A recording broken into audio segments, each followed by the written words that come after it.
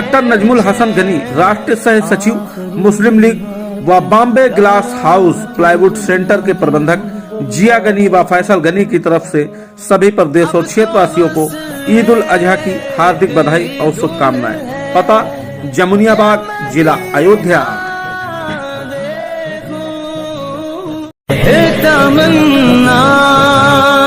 ज़ियारत ने किया दिल बेचैन, आखिरी बात क्या रौनक दुनिया देखूं, दुनिया देखूं, दुनिया देखूं।